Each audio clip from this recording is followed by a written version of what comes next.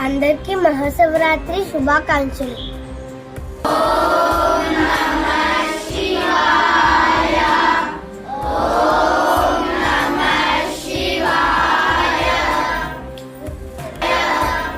ఎన్ని పూజలు వ్రతాలు చేసినా ఆ భగవంతునికి ప్రీతికరమైనది ధ్యానం. మనందరం ధ్యానం చేద్దామా?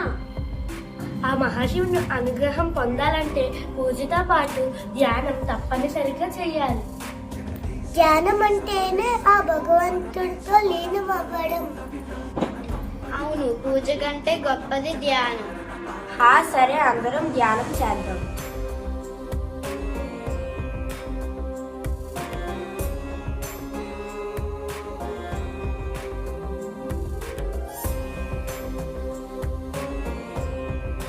ఓ భక్తులారా, మీ భక్తిని చూసి నేను ఎంతో ఆనందించాను.